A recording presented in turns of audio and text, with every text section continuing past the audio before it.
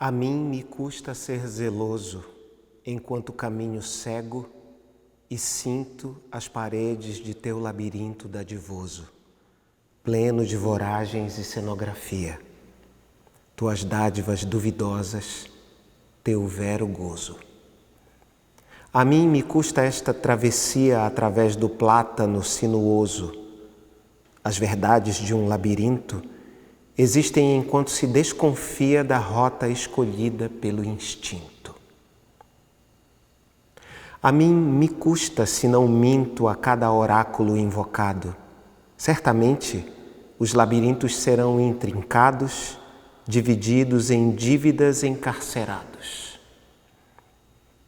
A mim me custa se ao lado, além desse enigma das direções, estejas a rir de meu fado, incrédula e em algaravia, também confusa em orientações.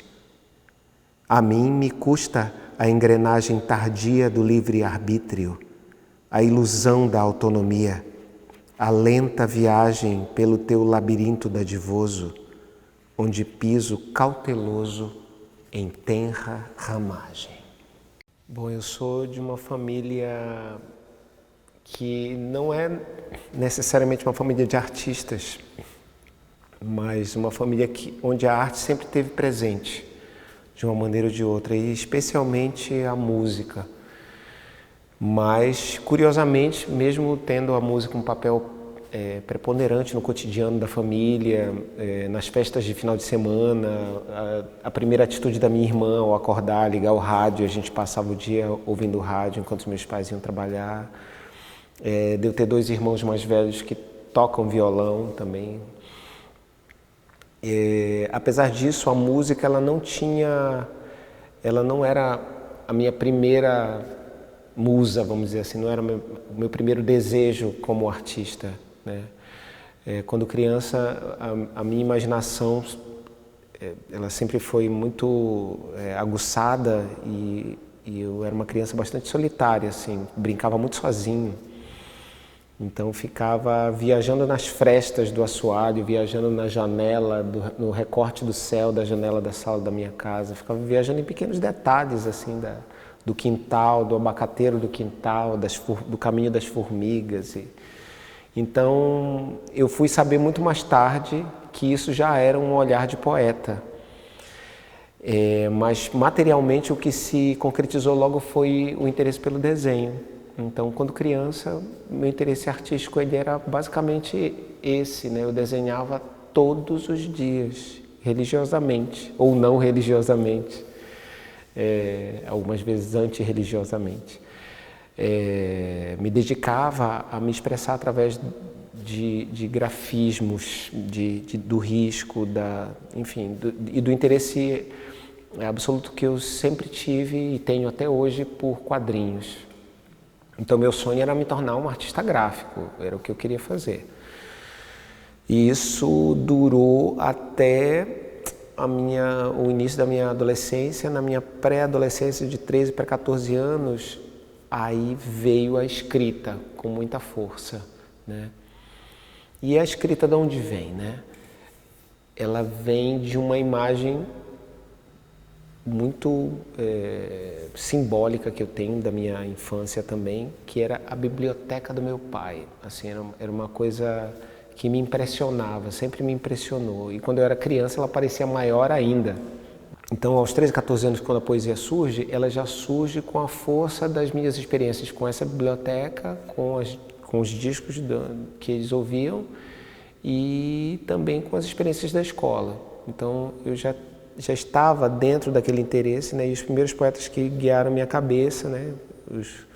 Os meus, como diria, né? Os orixás de cabeça na poesia eram o Drummond, o Ferreira Goulart e o Fernando Pessoa. Então essas três escritas, elas me impactaram de tal maneira logo nessa minha primeira fase da adolescência na escrita, que eu obstinadamente procurava imitar seus estilos. Isso aí era uma prerrogativa para mim da escrita. E progressivamente aquele exercício do desenho que eu tinha cotidiano, ele migrou para a poesia. E na escola técnica eu conheci um grande parceiro, meu primeiro grande parceiro de arte, um camarada chamado Sérgio Cardoso, meu amigo até hoje, e ele se tornou meu primeiro parceiro de composição. Com ele eu formei a minha primeira bandinha de rock da adolescência. Então se condensou numa história clássica mesmo, de dois adolescentes que se encontram, são colegas de escola, formam uma banda, começam a compor juntos.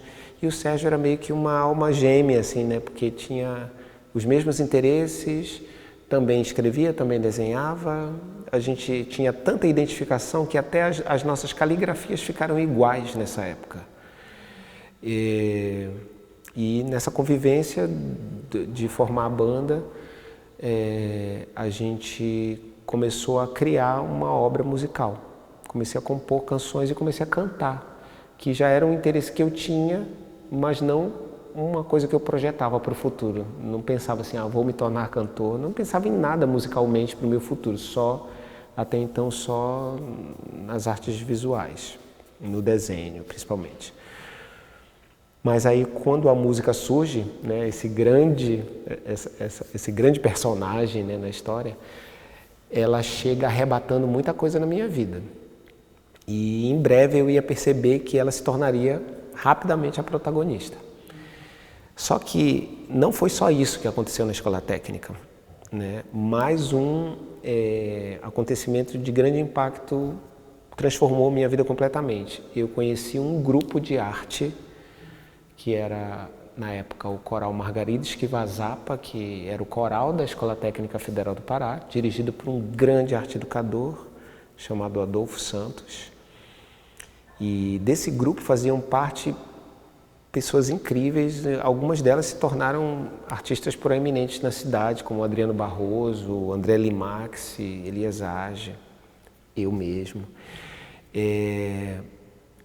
E nesse grupo eu pude ter, apesar de ser um coral, né, isso é outra coisa curiosa, né, apesar de ter esse nome de coral, de pensar, então música, né, tivesse mais experiências musicais.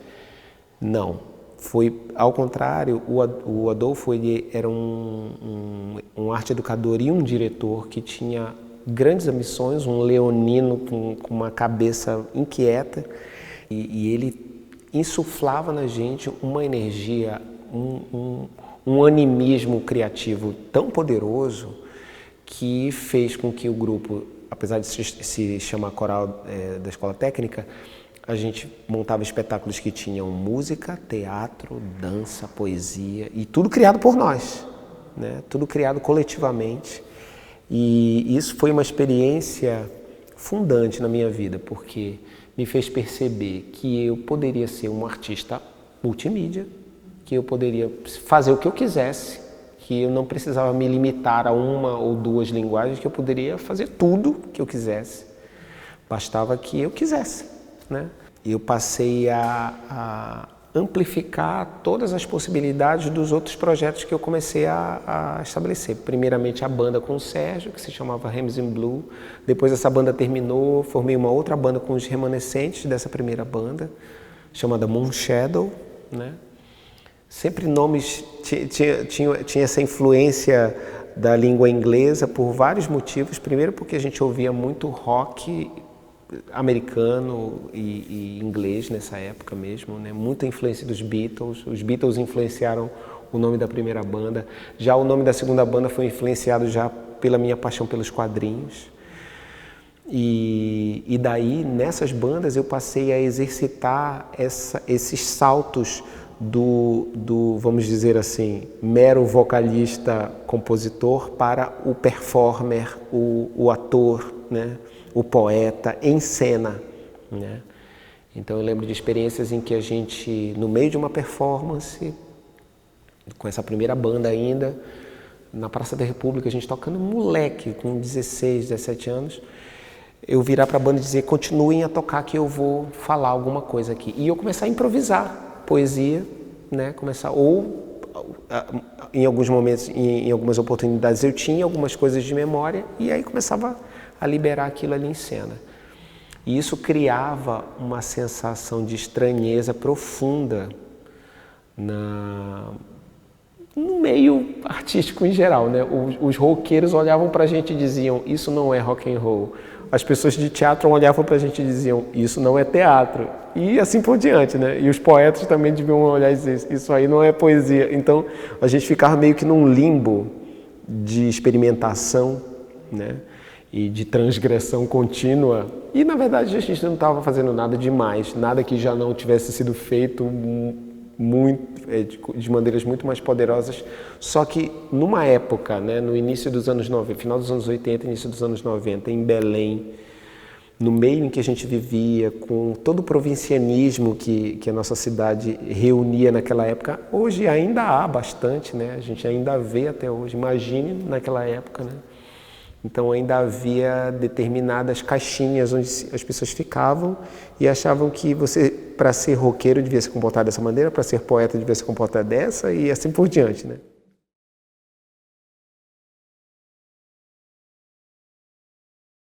Então, Clepsydra surgiu no início de 2001, né, com essa minha junção com o Maurício Panzera, que é um artista.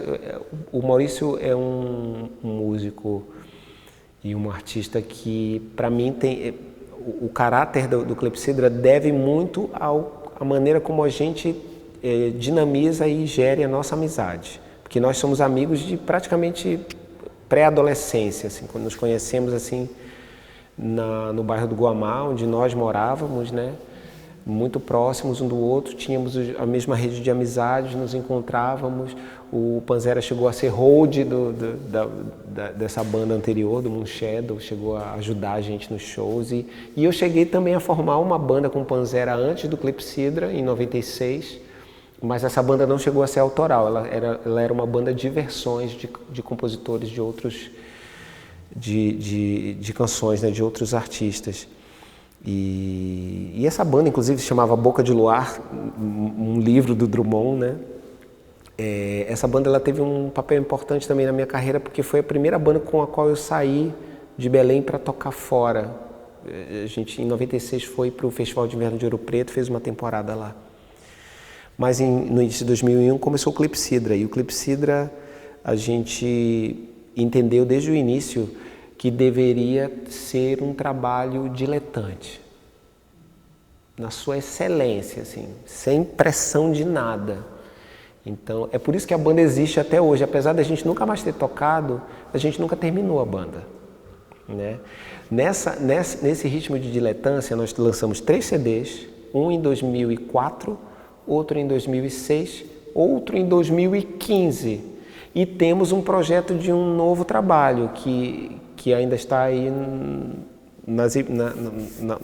é uma hipótese ainda, né? É uma possibilidade que a gente ainda não conseguiu concretizar.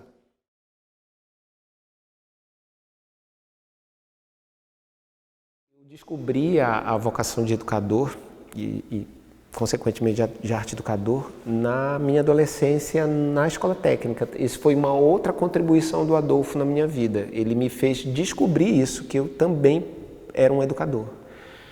E eu lembro que na época ele me apresentava, o Adolfo era meio que ele funcionou como uma figura paterna durante todo esse período em que eu trabalhei com ele. E não à toa, quando eu visitava ele, o que eu encontrava na casa dele? A grande biblioteca, né, da minha infância, né? Estava lá reproduzida, espelhada também no quarto do Adolfo. E ele me apresentava muitos autores, e um dos autores que ele me apresentou, um dos grandes caras que ele me apresentou, foi o Joseph Campbell. E o Campbell, num dos livros dele, ele fala que os 2 grandes vetores para a transformação do planeta no 3º milênio são exatamente o artista e o educador. Hoje, olhando para trás, eu vejo que foi exatamente essa camada que me fez perceber e me fez começar a problematizar e rever todas as grandes questões de vaidade e do ego do artista, que quer tudo para si, meio que como uma criança, né? Que quer os aplausos para si, que quer os holofotes, né, para si. E eu comecei a relativizar isso para pensar no exercício artístico também como um exercício transformador, não só para mim, mas para quem recebe, né? E também no momento em que eu estou na troca, especialmente no palco, né? Que é um processo que acontece muito quando você é um artista cênico, né? Um artista de palco, um ator, um performer de palco, né? Cantor, compositor, alguém que se apresenta diante de pessoas em tempo real. Nesse processo de troca, você percebe que muitas transformações são possíveis.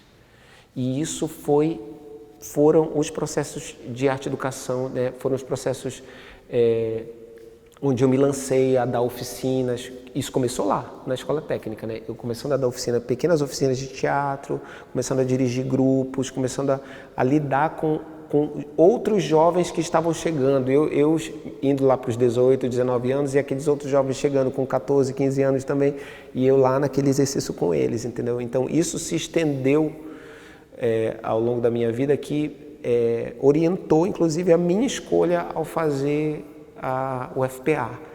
Então, ter chegado nessa escolha de fazer artes visuais foi fundamental para eu recuperar aquela linha, né, da minha infância, né, quando eu fui pensar, porque eu pensei, vou fazer psicologia, vou fazer história, pensei em umas coisas meio loucas assim, mas eu digo, não, cara, eu tenho que fazer algo que tenha a ver com arte. E aí vim fazer artes visuais aqui na FAV, que ainda não era FAV naquela época, né, nem existia a FAV ainda aqui.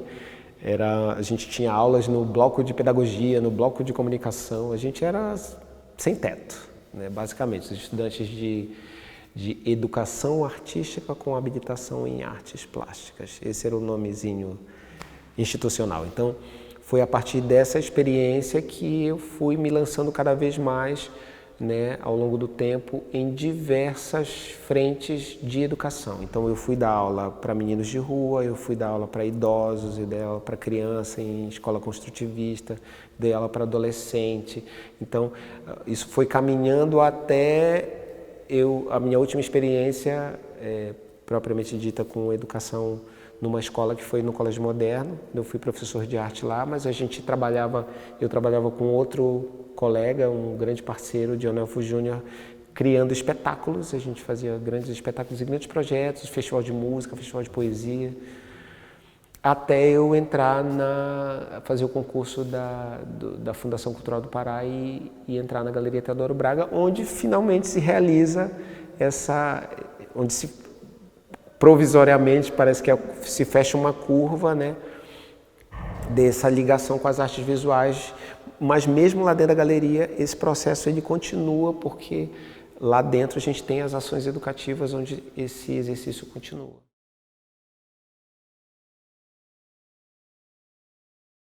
É um livro que eu lancei em 2014, depois de um longo tempo, né? Considerando que eu escrevo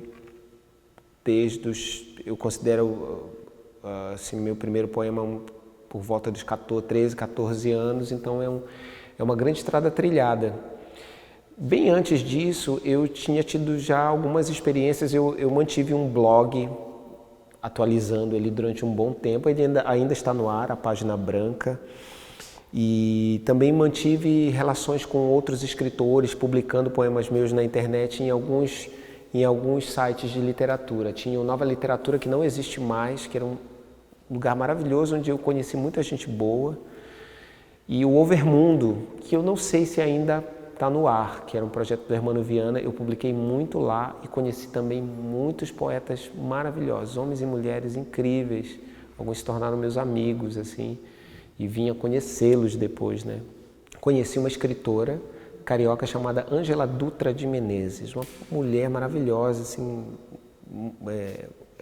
aquelas escritoras que exalam experiência e uma simpatia de carioca, né? Aquela coisa muito legal. E aí ficamos amigos e eu mostrei alguns textos para ela. Ela ficou impressionada. Eu escrevi um poema para ela, assim, especialmente usando o nome dela, falando de asas, de anjos, né, não sei o quê. E ela disse, nossa, mas você escreve... Comecei a mostrar, ela disse, nossa, mas você escreve muito bem, você é um ótimo poeta. Você não tem livro? Eu disse, não, eu tenho um blog. E aí ela disse, mas não pode. Não, mas imagina, uma poesia com essa qualidade precisa ser publicada. E ela encampou esse projeto. Então ela disse, eu vou falar com uma amiga que eu tenho no Rio, a Márcia Naidin. Ela tem uma pequena editora e eu vou falar com ela sobre a possibilidade de você lançar o seu primeiro livro lá. É a editora Verve, né, que é por onde eu lancei. E aí foi fatal, já se desenrolou um processo que gerou esse livro. E então foi um grande processo que durou mais de um ano para eu elaborar esse livro, trocando ideias com outros escritores, até chegar no que é o Periférico. O Periférico se tornou... Primeiro eu tinha a ideia de fazer um livro só sobre a própria poesia, né? Um livro metalinguístico, mas depois me surgiu, através de conversas com várias pessoas, vários amigos, me surgiu essa ideia de, não, vou construir um livro, já que eu tenho essa trajetória imensa, vou construir um livro que seja reflita um pouco dessa trajetória. Então eu comecei a construir 8 ambientes, vamos dizer assim, 8 capítulos dentro do livro que falam sobre questões que para mim são fundamentais, a minha origem, né, a minha memória de origem, a própria palavra, né, e, enfim, o amor, enfim, o futuro. Fui estabelecendo, né, a criação, né, fui estabelecendo alguns critérios que me fizeram enxergar os poemas nesses lugares e cheguei no formato do livro e pensei em algo além. Depois que ele estava pronto, pensei no Periférico se tornar um trabalho que eu pensei em formatar, na verdade, uma apresentação para o livro que tornasse ele vivo, como um espetáculo de teatro. E aí eu formatei o Universaral, onde eu chamava artistas de diversas linguagens para interpretar os poemas do livro da maneira que quisessem, inclusive transformando eles em outra coisa, se quisessem. Não precisavam ficar fiéis a ele. Eu pensei nele para ser, primeiro, como um espetáculo para testar repertório e aí depois chegar no disco, mas consegui leis de incentivo e tal, que não consegui grana. E no meio desse tempo, esse projeto ele gerou o meu home studio, onde ele foi gravado, né? Porque numa certa altura eu cansei de tentar as leis de incentivo e digo, vou gravar em casa, eu sei fazer isso, eu vou me apropriei daquelas ferramentas, investi em alguns equipamentos e fui gravar. Gerou o home studio, o livro nasceu no meio do processo também em 2014. Surgiu o Brincante em 2013, né, que é esse alter ego que eu visto e que atravessa também vários trabalhos, tá, no Brinquedo de Contar, né, até no Canto de Cantaria o Brincante já se meteu. E assim, eu só cheguei, o Vida é Sonho, ele completou agora em 2019 7 anos, né, um projeto que durou 7 anos para ser concretizado. E para a finalização dele, a Carol foi fundamental. A gente ter fortalecido essa parceria, fortalecido o coletivo, né? Porque eu tinha abandonado já esse projeto. Era uma hora que eu virei para ela e disse assim, Carol, agora eu sou produtor musical, estou produzindo outros artistas e acho que o Vida é Sonho já passou o tempo dele, achava que era um trabalho que já estava datado, entendeu? E ela disse negativo, né? Ela virou para mim e disse, mas quando, Renato, tu precisas fechar esse ciclo, né? E ela me ajudou agora no final de 2018 a organizar um cronograma, assim. Vestiu a produtora, né, Carol? E me fez organizar, assim, no calendário mesmo, um prazo para eu terminar o disco. Então a Carol tá nesse disco também, né? Não só com essa força, mas também com a sua voz. Gravou comigo uma das canções do disco, né? Sim.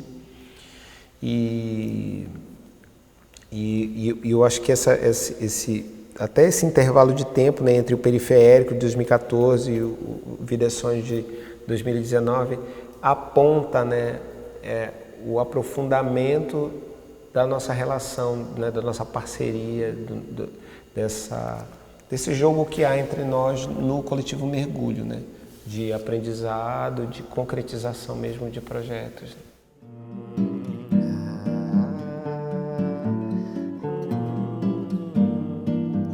Pra libertar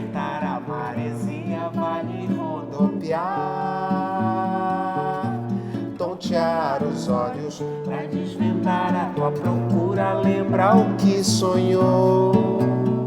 Conhece a tua dor, ideias novas são pra clarear a indecisão. Cegar o rumo, ver o futuro novamente ter em tuas mãos. Seja o ouro e a brisa, o estandarte e o vinho, canta pelo caminho. Pra viver só é preciso nunca dizer não, deixar levar, abrir-se o tempo, não ser senão por um momento, deixar levar.